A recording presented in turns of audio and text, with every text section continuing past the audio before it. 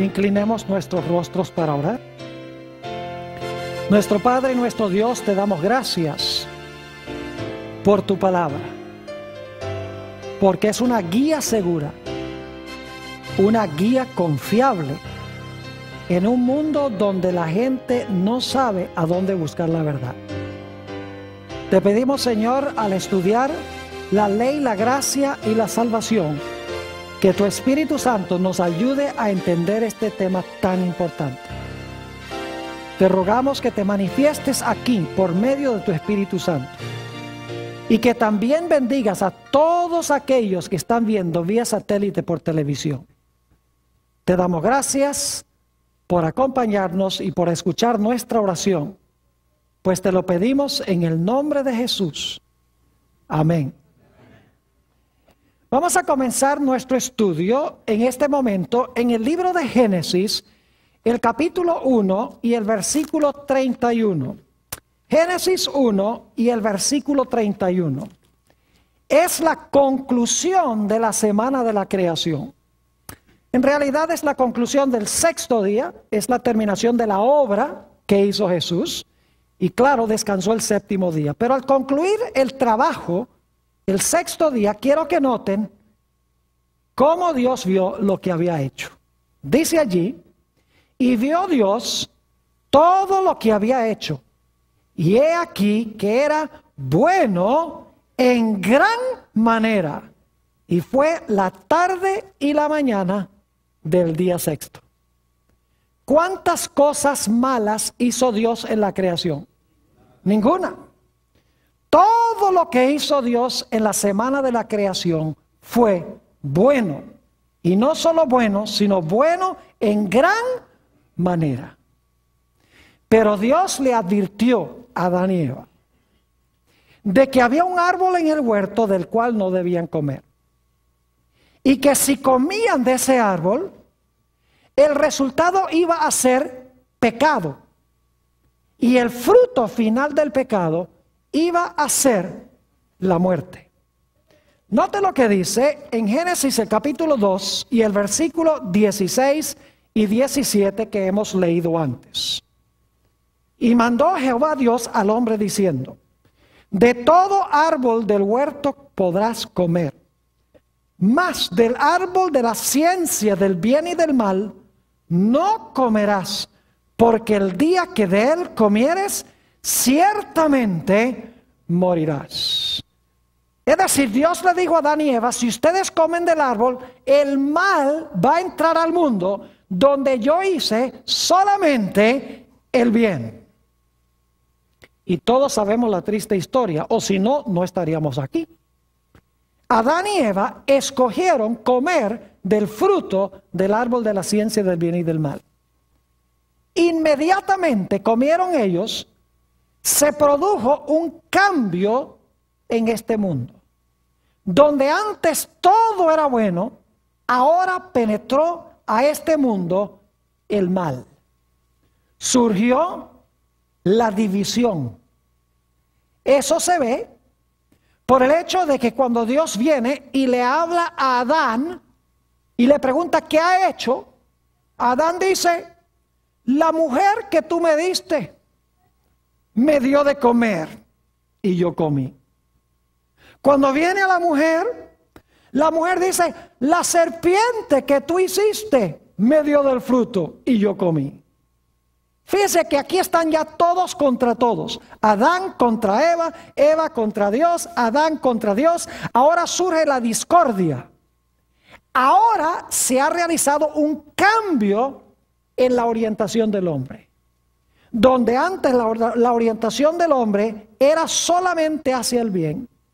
Su único interés era el bienestar de los demás.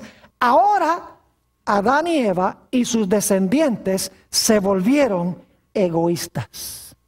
En vez de su enfoque estar sobre Dios y sobre sus semejantes, ahora el único enfoque era sobre sí mismos.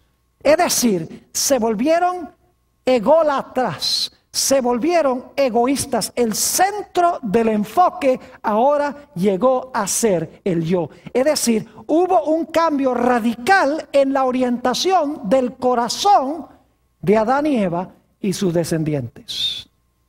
Quiero que notemos en el libro de Génesis cómo es que el corazón, el hombre interno, dicta lo que sucede en términos de nuestras acciones en nuestra vida. Donde antes las acciones eran buenas porque el corazón era bueno, ahora las acciones llegan a ser malas porque el corazón es malo. Donde antes el corazón estaba inclinado hacia el bien, ahora el corazón se inclina hacia el mal. Vamos a notar este fenómeno en el libro de Génesis. Génesis, el capítulo 4 y el versículo 8 nos habla del primer asesinato de la historia, cuando Caín mató a su hermano Abel. Dice en el versículo 8, y dijo Caín a su hermano Abel, salgamos al campo. Y aconteció que estando ellos en el campo, Caín se levantó contra su hermano Abel y le mató. Cometió la acción de asesinato. Pero saben que la acción no era el problema. Vayan conmigo a 1 de San Juan, el capítulo 3, y vamos a leer los versículos 12 y 15. 1 de San Juan, el capítulo 3 y los versículos 12 y 15.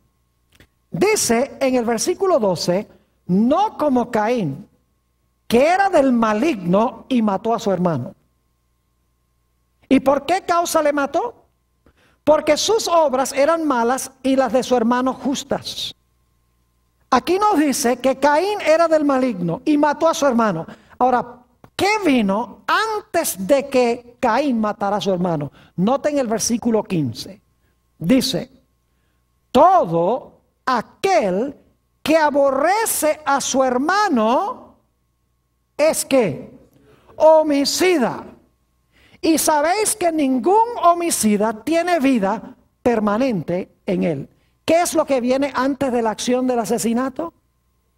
Dice aquí que viene el odio.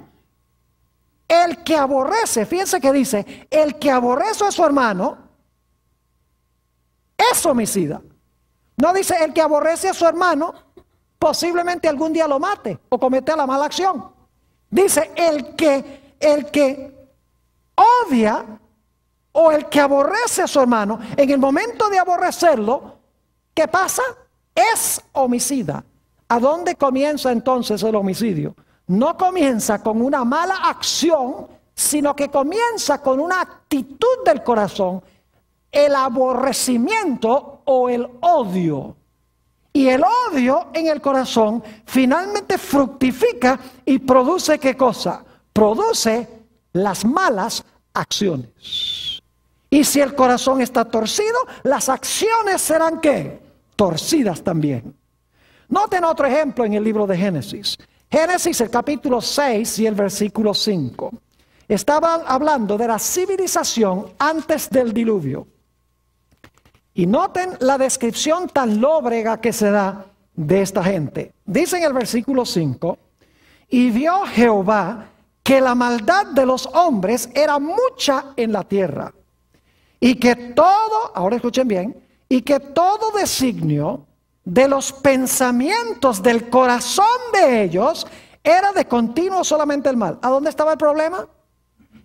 Dice, todo designio de los pensamientos del ¿qué? Del corazón era de continuo el mal. Ahora, ese sentir del corazón, esos malos sentimientos en el corazón, ¿a qué llevaron? Noten el capítulo 6 y el versículo 11 y 12. 6, 11 y 12. El fruto de todo designio del corazón siendo el mal. Dice, y se corrompió la tierra delante de Dios. Y estaba la tierra llena de ¿qué? De violencia. Y miró Dios la tierra, y he aquí que estaba corrompida, porque toda carne había corrompido su camino sobre la tierra. Yo pregunto, ¿a dónde comenzó la corrupción? ¿Con las malas acciones o que con el mal pensamiento del corazón. Fue con el pensamiento del corazón, con las intenciones, con las motivaciones. El problema era con el corazón interno que llevó a las malas ¿qué? A las malas acciones. Noten también lo que dice Génesis 8 y el versículo 21 sobre el problema del corazón. Génesis el capítulo 8 y el versículo 21. Esto es después del diluvio. Y Noé ofreció un sacrificio. Y dice, y percibió Jehová olor grato. Y dijo Jehová en su corazón, no volveré más a maldecir la tierra por causa del hombre. Ahora escuchen esto. Porque el intento del corazón del hombre es ¿qué cosa? Malo desde su juventud, ni volveré más a destruir todo ser viviente como he hecho. ¿A dónde está el problema del hombre? Dice, el intento del corazón del hombre es malo desde su juventud. ¿Dónde está el problema? ¿Con las malas acciones o con un corazón egoísta y malo? El problema, mis queridos amigos y hermanos, los que están viendo vía satélite, el problema es con el corazón, las intenciones internas, las motivaciones internas que llevan a cometer malas acciones. Tomemos un ejemplo más del libro de Génesis. El capítulo 27 y el versículo 41. Génesis 27 y el versículo 41. Aquí Jacob le acaba de quitar la primogenitura a su hermano Esaú. Y quiero que noten la reacción de Esaú. Dice allí en Génesis 27, 41, y aborreció Esaú a Jacob por la bendición con que su padre le había bendecido. Y dijo en su corazón, llegarán los días del luto de mi padre y yo mataré a mi hermano Jacob. Yo pregunto, ¿qué vino primero? ¿La intención de matar o el asesinato? La intención de matar.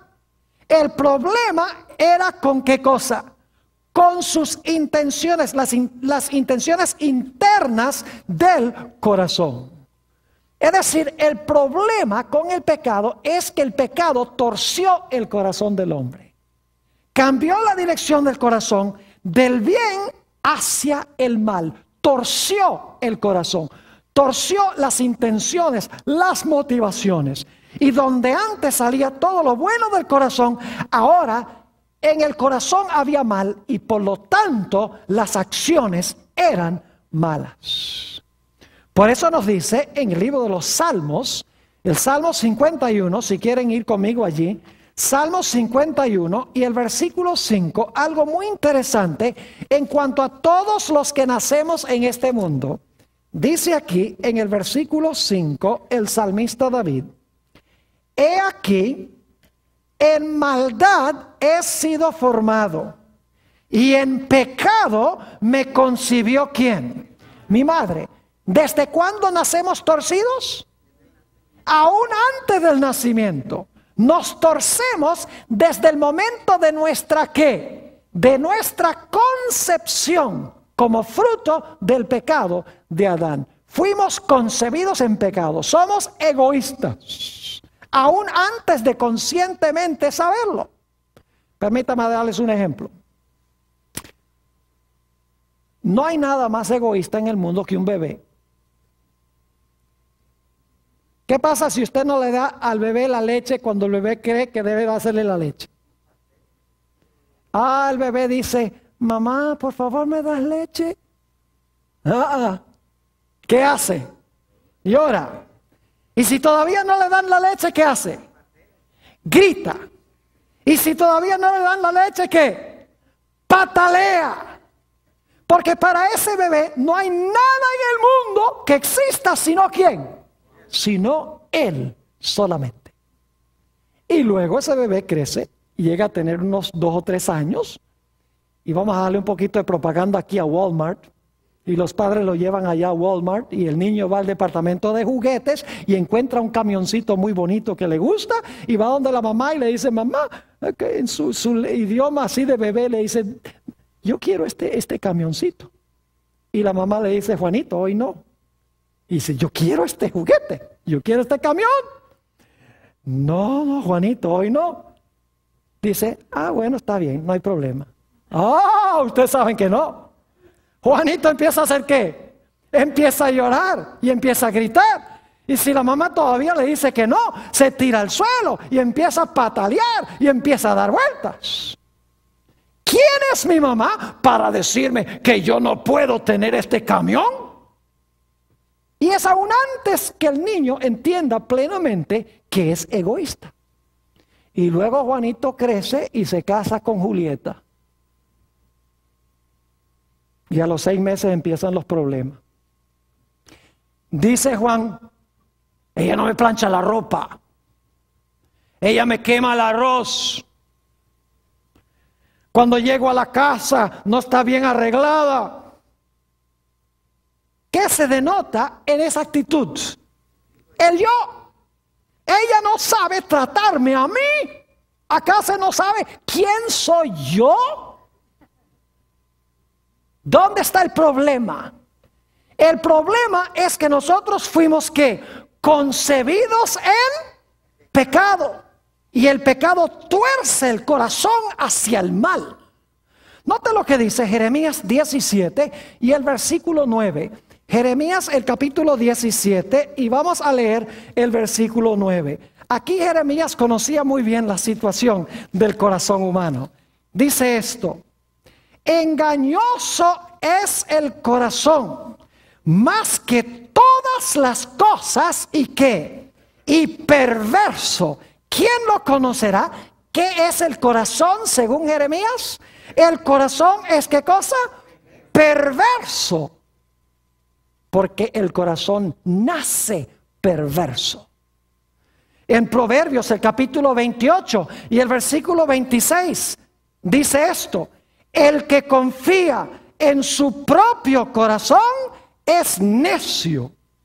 El que confía en su propio corazón es necio, porque desde que Adán y Eva pecaron, le han transmitido a sus descendientes el virus del egoísmo, el virus del yo, donde el hombre vive para sí y muchas veces muere para sí.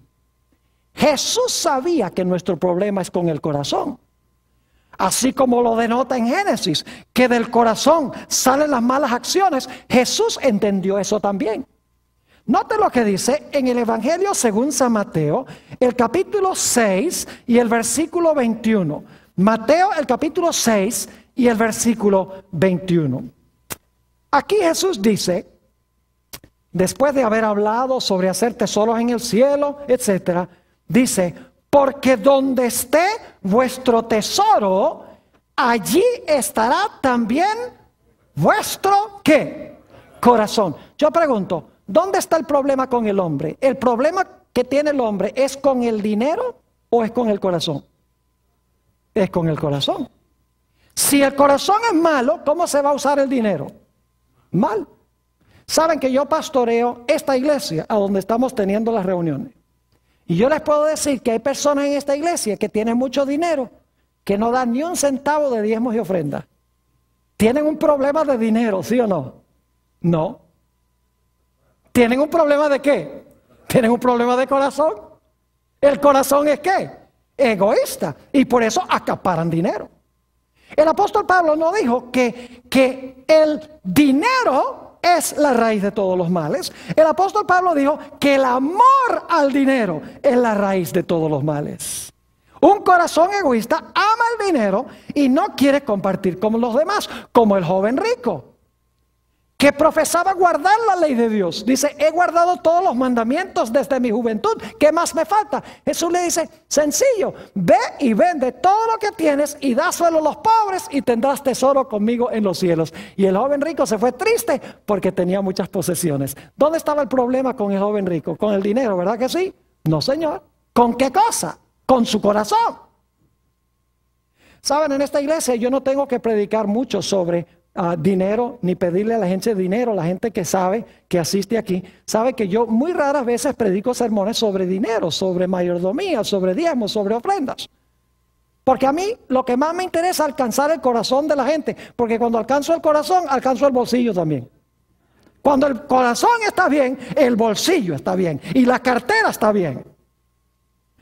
Jesús sabía que el problema es con el corazón. Noten también Mateo, el capítulo 12 y el versículo 34. San Mateo 12 y el versículo 34. Aquí Jesús está hablando de nuestras palabras. Y note lo que Jesús tiene que decir en cuanto a las palabras. Dice, generación de víboras, ¿cómo podéis hablar lo bueno siendo malos? ¿Qué pasa con una persona que es mala? ¿Puede hablar bueno una persona mala? No, dice, ¿cómo podéis hablar lo bueno siendo malos? Porque de la abundancia del corazón habla la boca. ¿Dónde está el problema? ¿Con las palabras? ¿Con las palabras que salen? No, el problema está ¿dónde? En el corazón. De la abundancia del corazón habla la boca. Saben que cuando yo era niño, yo estudiaba en la ciudad de Caracas, Venezuela. Posiblemente hay algunos allá en la ciudad de Caracas viendo esta programación por televisión. Pero yo estudié en una escuela adventista que se llama el Colegio Ricardo Greenwich. Y en esa escuela, a veces, debo admitir que usaba algunas palabras que no debía usar. ¿Y sabe lo que pasaba? Cuando yo hablaba esas palabras, mis maestros llamaban a mis padres y les contaban que yo había usado malas palabras. ¿Y sabe lo que pasaba? No solamente me castigaban en la escuela, sino cuando llegaba a la casa también. Y muy a menudo el castigo de mi mamá era muy sencillo. Me llevaba al baño y me lavaba la boca con jabón. Por haber usado malas palabras. Recientemente yo vi por ahí a mi mamá, ellos viven en Amarillo, Texas. Le dije, mamá, ¿sabes algo? No hiciste lo que debías haber hecho. Y ella dice, ¿por qué? Dice, porque me lavaste la boca, lo que tenías que haberme lavado es el corazón. Porque de la abundancia del corazón, ¿qué? Habla la boca. Si el corazón está bien, las palabras que salen van a estar bien. Pero si tengo un corazón egoísta, ¿qué clase de palabras van a salir? Las palabras estarán acordes con el corazón. En Proverbios, el capítulo 16 y el versículo 23 dice, corazón del sabio hace prudente su boca. Corazón del sabio hace ¿qué? Prudente su boca. Podríamos cambiar eso y decir, corazón del fatuo hace necia su boca. Es decir, el problema está en ¿qué cosa? En el corazón del hombre. Note también lo que dijo Jesús en Mateo 15 y el versículo 19. San Mateo el capítulo 15 y el versículo 19. Aquí Jesús está hablando sobre lo que entra y lo que sale del hombre. Y dice allí, en Mateo, el capítulo 15 y el versículo 19, lo siguiente. Escuchen bien. Porque del corazón, ¿de dónde? Del corazón salen los malos pensamientos, los homicidios, los adulterios, las fornicaciones, los hurtos, los falsos testimonios, las blasfemias. ¿De dónde salen todas estas cosas? Del corazón. ¿Qué es lo que hay que remediar? El corazón. Y yo no sé si ustedes se han dado cuenta, pero toda esta lista que tenemos aquí son violaciones de los 10 mandamientos. Homicidios, no matarás. Adulterios, no cometerás adulterio. Fornicación también. Hurtos, no hurtarás. Falsos testimonios, no hablarás falso testimonio. Blasfemias, no tomarás el nombre de Jehová tu Dios en vano. Es decir, cuando el corazón es malo, ¿qué hace la gente con la ley de Dios? La gente viola la ley de Dios. Cuando el corazón está bien, ¿qué hace la gente? La gente guarda la santa ley de Dios. Es decir, el problema no está con las malas acciones, sino con la fuente que produce las malas acciones.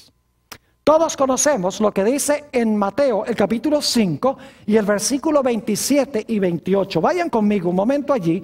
Mateo 5 y el versículo 27 y 28.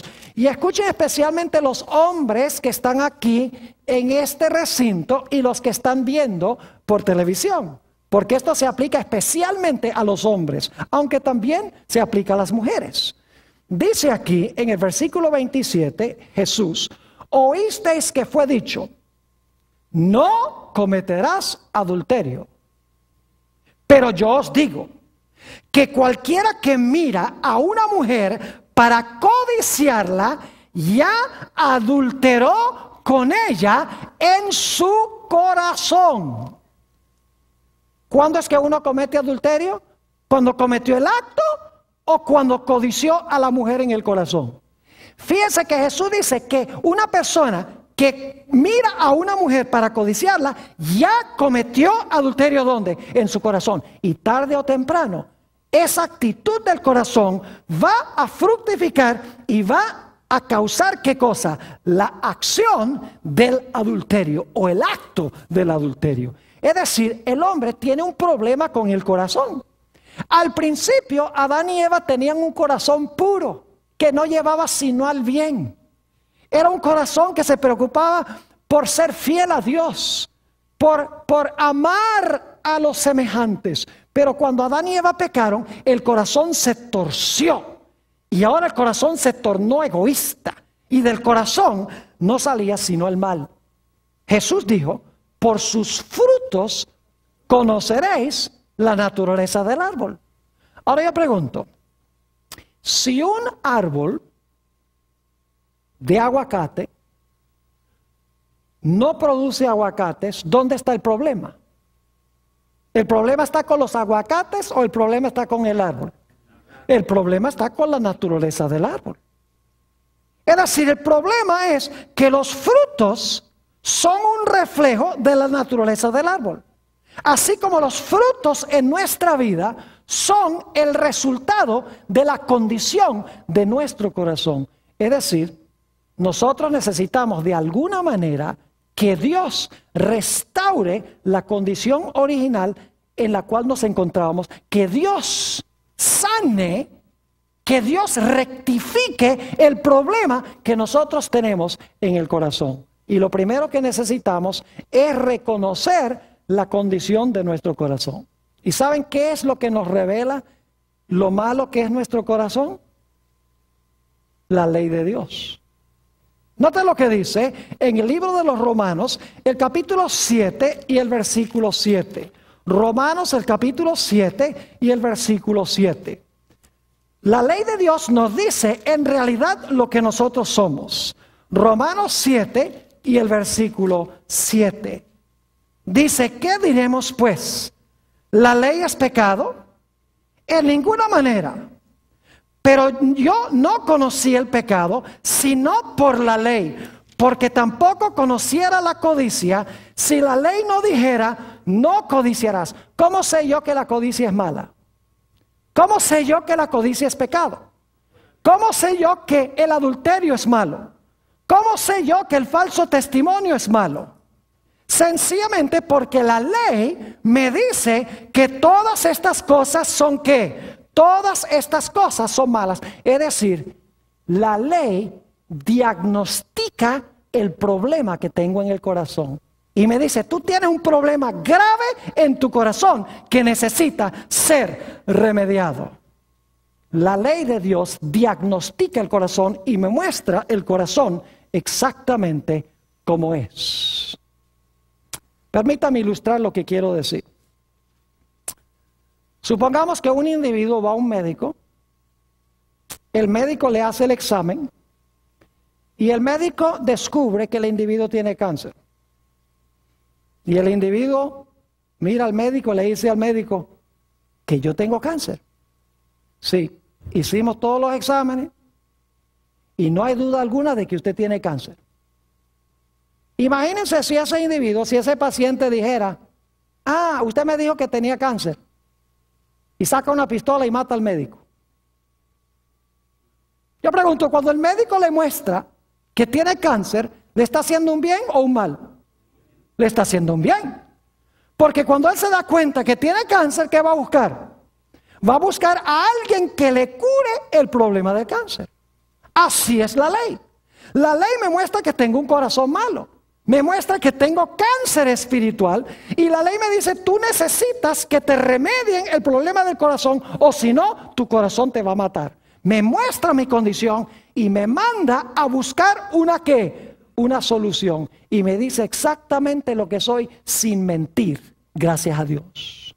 Así que lo primero que necesito conocer es mi corazón. Necesito que Dios me muestre mi corazón pecaminoso. ¿Cómo soy yo en verdad? Para que entonces yo pueda buscar un ¿qué? Un remedio al problema. Porque no voy a buscar un remedio si no considero que estoy ¿qué? Enfermo. Permítame darles otro ejemplo para que puedan entender. La Biblia dice que la ley de Dios es como un espejo. ¿Qué pasa cuando ustedes se levantan por la mañana y miran en el espejo? Yo le digo, cuando yo me miro en el espejo, yo veo un desastre. Cuando estoy recién levantado. Pues estoy despeinado, todavía no me he afeitado, me está saliendo la barba. Digo, no puedo salir a la calle así. Yo pregunto, ¿el espejo me está diciendo la verdad? ¿Me está haciendo un favor el espejo? ¿Debo darle gracias a Dios por el espejo? ¡Oh, claro que sí! O sería mejor decir, espejo mentiroso. ¿Cómo te atreves a decirme que yo necesito arreglo? Y entonces agarro una piedra y rompo el espejo. ¿Eso soluciona mi problema? No.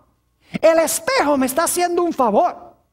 Me está mostrando a mí lo que en realidad soy, sin mentir, para que entonces yo pueda buscar agua y jabón y el peine y arreglarme. De la misma manera, la ley de Dios me muestra que tengo un corazón enfermo, que tengo el problema interno del pecado y que necesito remedio, necesito que sea curado mi corazón. Y entonces la ley me manda a buscar una solución a mi problema. Cuando estaba recién yo llegado a Fresno, hace algunos años, voy a llevar ya casi 10 años aquí en la iglesia esta en Fresno. Yo no sé cómo la gente me ha aguantado tanto tiempo. Pero bueno, a la Biblia dice, aquí está la paciencia de los santos. Y en realidad la gente ha sido muy paciente aquí. Y he disfrutado el tiempo que he pasado acá. Pero cuando estaba recién llegado, tuve un culto de oración buenísimo. Cantamos, oramos, estudiamos la palabra. Yo estaba emocionadísimo y cuando salí me monté en el carro y empecé a subir por First Street allí, hacia mi casa. Y como iba tan emocionado, no iba mirando el velocímetro. Y ustedes saben que esas zonas son 40 millas por hora y yo estaba andando como unas 55 millas por hora, posiblemente 60. Y en estas cuando voy emocionado y cantando, de repente veo esa luz del policía atrás. Y llega el policía, me para, llega a la ventana del carro y dice, señor, por favor, deme su licencia de manejar. Sí, oficial, cómo no. Saco la cartera y no consigo la licencia. Digo, no tengo la licencia. Dice, bueno, deme entonces la registración del carro. Ah, eso sí, lo tengo ahí en la guantera.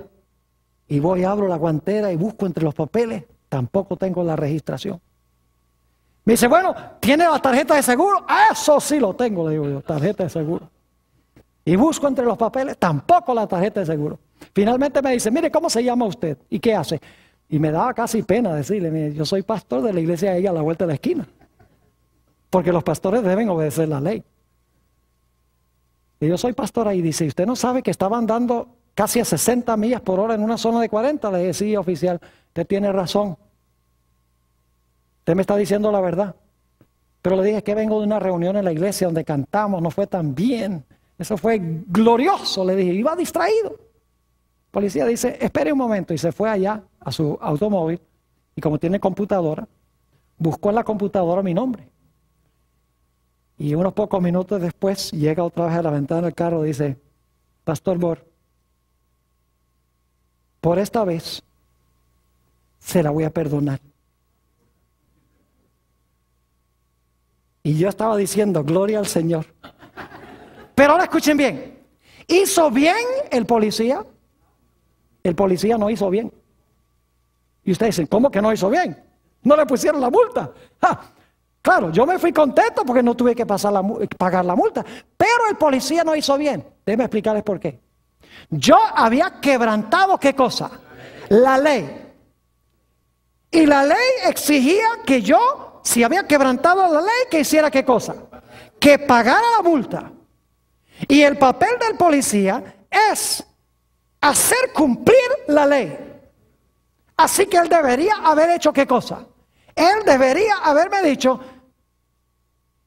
te voy a poner la boleta, y debería haberme puesto la multa. Ahora, hay otra forma que el policía podría haberlo hecho. Y aquí es que viene la parte linda. El policía podría haber venido a la ventana y decir, mire, Pastor Bor, usted ha quebrantado la ley, yo soy la ley, soy policía, y yo sé por el radar que usted quebrantó la ley.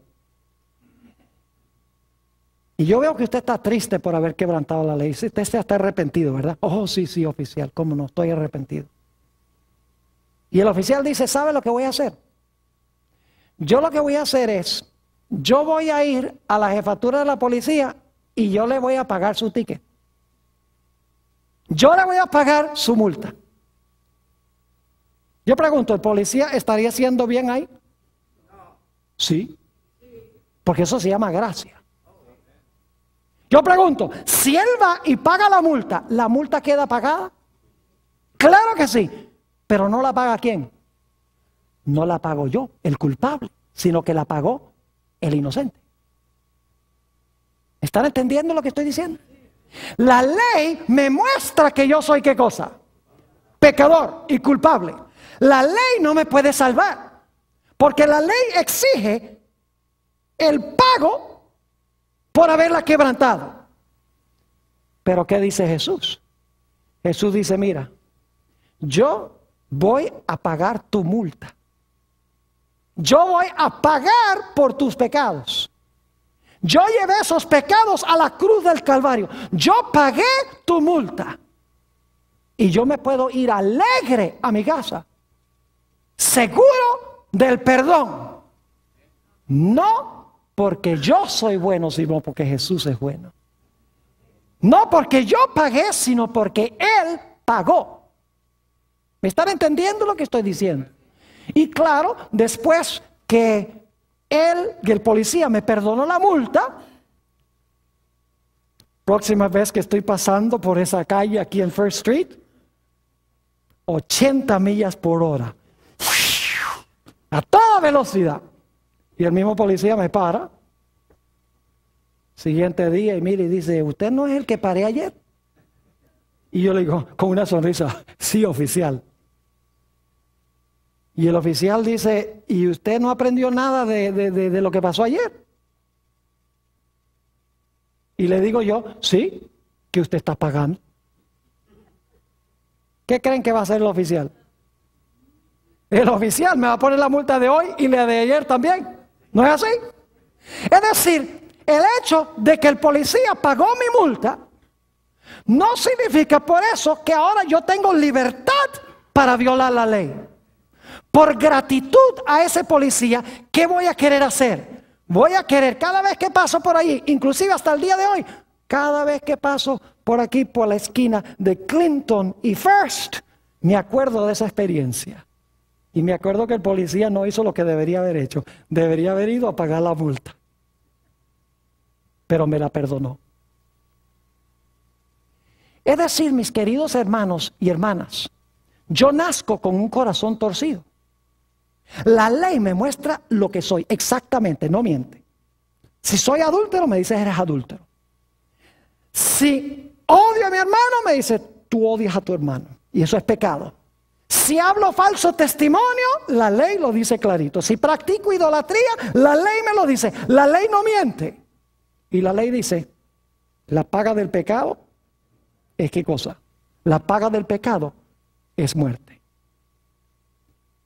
La ley, en otras palabras, revela mi pecaminosidad, revela lo malo que es mi corazón, con el fin de que yo vaya a buscar un qué, yo vaya a buscar un remedio. Ahora yo pregunto, ¿cuántos de nosotros hemos pecado? Todos hemos pecado. Y saben que cuando la ley me muestra que soy pecador y que merezco la muerte, algo sucede. La ley dice, yo no te puedo librar porque yo exijo que tú seas castigado. Pero la ley dice, hay uno que sí te puede resolver el problema. Y es aquel que pagó la deuda que yo exijo. Porque yo exijo la muerte, la paga del pecado es muerte. Yo no estoy en asuntos de misericordia, dice la ley. Yo sencillamente muestro el pecado y que debe morir. Yo no te puedo resolver el problema. Pero dice, pero si tú vas a Jesús, Él cargó la culpa de tu pecado, Él sufrió la muerte que tú debes sufrir. Si tú lo aceptas a Él, tú eres acepto en el amado. Note lo que dice en el libro de Gálatas, el capítulo 3 y el versículo 13. Gálatas, el capítulo 3 y el versículo 13. Un lindo versículo de la Escritura. Dice allí, Cristo nos redimió de la maldición de la ley. ¿Por qué la ley nos maldice? ¿Por qué es que la ley nos maldice? Porque somos ¿qué? Pecadores. La ley no es mala. La ley es buena, yo soy malo y la ley me maldice porque soy pecador. Dice, Cristo nos redimió de la maldición de la ley. ¿Y cómo lo hizo? Hecho por nosotros maldición. Es decir, Jesús pagó la multa que yo debo pagar. Porque está escrito, maldito todo el que es colgado en un madero. Ahora, ¿cómo me voy a sentir yo cuando yo miro a la cruz de Jesús y veo que Jesús cargó con la pena que yo debía sufrir? Cuando lo veo colgando en la cruz clamando, Dios mío, ¿por qué me has desamparado? Cuando veo al Señor Jesucristo sudando gotas de sangre en el Getsemaní, orando para que su Padre quite la copa. Cuando veo lo horrible que es el pecado, lo terrible que es el pecado y lo que hizo con Jesús. ¿Ustedes creen que yo voy a querer seguir pecando cuando veo lo que el pecado hizo con Jesús? Claro que no. Es decir, la ley, quiero que entendamos esto, la ley me muestra mi pecaminosidad y dice, yo no te puedo resolver el problema de tu corazón.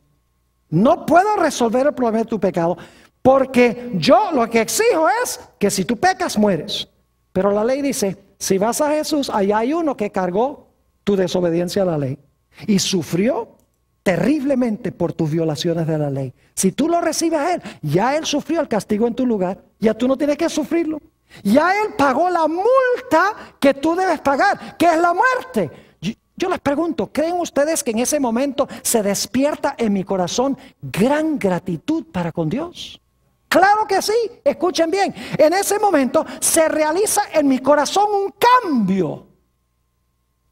Y yo miro a Jesús en la cruz y digo, Señor, es terrible el pecado. Mira lo que te hizo mi pecado.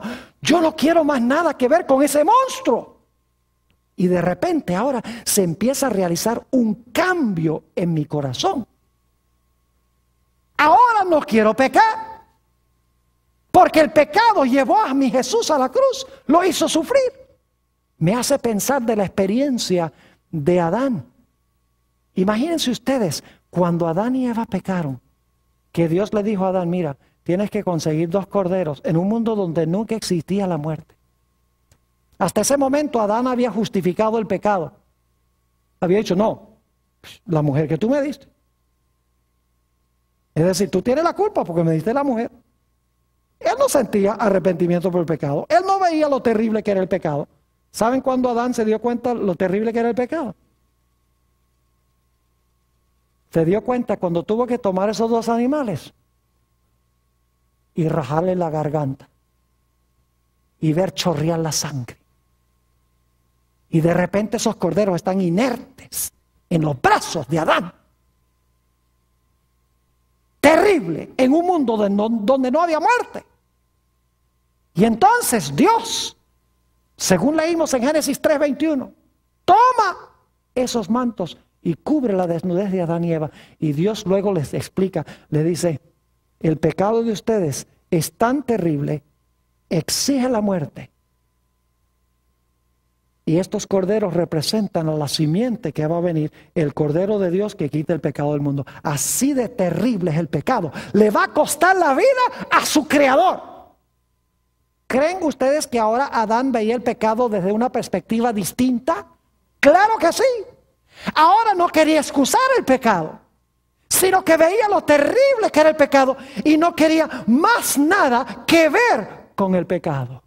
se realizó en su corazón un cambio que se llama la conversión o el nuevo nacimiento. Cuando vio el sacrificio de los corderos representando el sacrificio de Jesús, su corazón fue quebrantado y ahora su corazón era diferente que antes de este momento. ¿Saben ustedes que Dios es el gran cardiólogo celestial? Pero Dios solamente hace una clase de cirugía. Dios no mete marcapaso. Pacemakers, no. Dios no anda cambiando válvulas. No. Dios no hace bypass. Dios solamente hace una clase de operación. ¿Y saben qué operación es? Trasplantes. Cambia un corazón necio y torcido a un corazón que ama a Dios y ama a los semejantes. Cuando ve lo que costó el pecado. Quiero que noten lo que dice en Ezequiel, el capítulo 36 y los versículos 26 y 27. Ezequiel 36 y el versículo 26 y 27. Fíjense qué linda esta promesa de Dios. Dice aquí: os daré, escuchen bien, corazón nuevo. ¿Cuánto le gustaría tener un corazón nuevo? De los que están viendo ahora y los que están escuchando aquí en este local. Dice: os daré corazón nuevo y pondré espíritu nuevo dentro de vosotros y quitaré de vuestra carne el corazón de piedra, es decir, el corazón egoísta, el corazón duro, y os daré un corazón ¿de qué? De carne, un corazón tierno. Y luego, fíjense, ¿qué vamos a hacer cuando tengamos ese corazón nuevo? Dice en el versículo 27, y pondré dentro de vosotros mi espíritu, y haré que andéis en mis estatutos, y guardéis mis preceptos, y los pongáis por obra. Es decir, cuando Dios cambia el corazón, ¿vamos a obedecer a Dios? Claro que sí, pero lo vamos a obedecer, no porque tenemos que hacerlo, sino porque queremos hacerlo, porque lo amamos, porque hemos visto lo que el pecado cuesta. Yo he estado casado. ¿Les digo cuántos años he estado casado? He estado casado 34 años. Y cada año le doy a mi esposa un regalo de aniversario. ¿Saben por qué le doy el regalo de aniversario? Porque si no se lo doy, me pone a dormir en el garaje. Porque si no le doy el regalo de aniversario, no me hace la comida. Porque si no le doy el regalo de aniversario, me toca planchar mis propias camisas. ¿Ustedes creen que yo le doy el regalo de aniversario por eso? ¿Pues estoy obligado a hacerlo? No. ¿Saben por qué? Para mí es un deleite dárselo. Porque hay amor. ¿Me están entendiendo? Cuando yo amo a Dios de corazón, va a ser un deleite obedecerle. Por eso el Señor Jesucristo dijo: si me amáis, guardad mis mandamientos. Hoy en día los cristianos dicen: la ley, los mandamientos, eso no hay que guardarlo, pues eso fue clavado en la cruz. Los que dicen eso no conocen lo que es recibir un nuevo corazón. No nos salvamos porque guardamos la ley, sino que Dios nos salva y luego por deleite guardamos la ley. Y el que dice: no tengo que obedecerle porque le conozco, es mentiroso, dice la Biblia, y la verdad no está en él. Noten la linda promesa también en el libro de Jeremías, el capítulo 31 y el versículo 33. Jeremías, el capítulo 31 y el versículo 33. Dice aquí esta linda promesa: pero este es el pacto que haré con la casa de Israel después de aquellos días, dice Jehová. Daré mi ley en su ¿qué? En su mente, y la escribiré en su corazón, y yo seré a ellos por Dios, y ellos me serán por pueblo. ¿Saben que muchos cristianos hoy en día dicen, yo no estoy bajo el viejo pacto, sino que estoy bajo el nuevo pacto? En el antiguo pacto era por ley, ahora es por gracia. Los que dicen esto no saben lo que están hablando. Porque en ambos pactos hay ley. La única diferencia es que en el viejo pacto los 10 mandamientos estaban escritos en tablas de piedra. Mientras que en el nuevo pacto los 10 mandamientos están escritos en el corazón.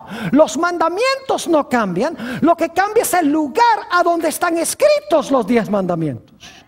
De nada me vale tenerlos escritos en tablas de piedra. Para yo poder obedecer y querer obedecer a Dios, tengo que tener esos mandamientos escritos ¿a dónde? En el corazón. Saben que hay una profecía mesiánica muy bonita en cuanto a Jesús. Se encuentra en el Salmo 40 y el versículo 8, donde dice el salmista hablando de Jesús: me deleito en hacer tu voluntad. Tu ley está escrita en mis entrañas o en mi corazón. ¿Por qué se deleitaba Jesús en hacer la voluntad de su Padre? Porque la ley estaba escrita ¿dónde? La ley estaba escrita en el corazón. Es decir, la única forma en que puede cambiar nuestra conducta es si Dios transforma y cambia nuestro corazón por medio de la experiencia que se llama el nuevo nacimiento o la conversión. Pero escuchen bien, ¿qué va a pasar después que Dios nos da un nuevo corazón? Saben que si no alimentamos bien a ese nuevo corazón, ese corazón se daña también. Por eso, aunque Dios nos dé un nuevo corazón, debemos alimentar diariamente ese corazón para mantenerlo limpio. Ustedes conocen la bienaventuranza de Mateo 5:8, donde dice: bienaventurados los de limpio corazón, porque ellos verán a Dios. Pero una vez limpio, no siempre limpio. Cristo nos da un corazón nuevo, nos limpia el corazón. Pero luego hay que mantener el corazón limpio. Y ustedes dicen, pero Pastor Borg, ¿cómo puedo mantener mi corazón limpio? Tienen que alimentarlo bien. Ustedes saben que pueden recibir un trasplante del corazón, pero si siguen comiendo un montón de colesterol, ese corazón se les enferma también. De la misma manera, Dios nos cambia el corazón, pero si seguimos alimentándonos espiritualmente de lo que daña nuestra vida espiritual, ese corazón se enferma también. Ahora, ¿qué es lo que puede mantener el corazón limpio? Noten el Salmo 119 y los versículos 9 al 11. Salmo 119 y el versículo 9 al 11. Este es un pasaje hermoso que está hablándole primordialmente a los jóvenes, pero también yo creo que tiene un mensaje grande para los adultos. Salmo 119 y los versículos 9 al 11. Dice aquí, y el Salmo 119 es el salmo más largo de la Biblia, dice: ¿con qué limpiará el joven su camino? Con guardar tu palabra. Con todo mi corazón te he buscado, no me dejes desviarme de tus mandamientos. Ahora escuchen esto. En mi corazón he guardado tus dichos, es decir, tus palabras, para no ¿qué? Para no pecar contra ti. ¿Cómo mantengo el corazón limpio? Metiendo en mi corazón las palabras ¿de quién? De Dios, en la Biblia. ¿Qué sucede cuando yo meto en mi corazón mucha televisión? Novelas. ¿Sabe que las novelas enfatizan la honestidad, la fidelidad matrimonial, todas esas cosas, verdad que sí? ¡Ah! No dicen no. Dicen, claro que no. ¿Qué enfatizan las novelas? El adulterio, la mentira, la trampa, el odio, el asesinato. Y cuando nosotros vemos eso, ¿qué pasa con el corazón? El corazón se ensucia. El corazón se va dañando de nuevo. Se vuelve egoísta. ¿Qué tengo que hacer para mantener puro mi corazón? El nuevo corazón que Jesús me da. Lo que tengo que hacer es llenarlo de cosas buenas. Llenarlo con los dichos de Dios. Por eso en Efesios 5 y el versículo 26, que ustedes tienen en su lista, dice que Dios limpia el corazón por el lavacro de la palabra, el agua del lavacro de la palabra. En San Juan 15:3, el Señor Jesucristo dice, ellos todos son limpios por la palabra que les he hablado. Es decir, tenemos que llenar nuestra mente y nuestro corazón de la palabra de Dios, de la oración, de cosas espirituales. Y entonces tendremos un corazón sano, un corazón fuerte. Ustedes recuerdan la experiencia de David. Dice que salió un día al balcón del palacio y vio a esta mujer, Betsabé, muy hermosa, que era la esposa de otro. Dice la Biblia que cometió adulterio con ella y mandó a matar a su esposo para poderse quedar con esa mujer. Es decir, adulterio y asesinato. Pero la Biblia dice que finalmente David se arrepintió cuando Natán, el profeta, fue a hablar con él. Le dijo, tú eres ese hombre que has hecho mal delante de Jehová. Como resultado, David escribió ese famoso Salmo 51. Y en el Salmo 51 pide dos cosas. En los versículos 1 y 2 pide que Dios perdone su pecado. Y en el versículo 10 pide a Dios que le dé un corazón limpio y renueve un espíritu recto dentro de él. Que esa sea nuestra experiencia, es mi oración.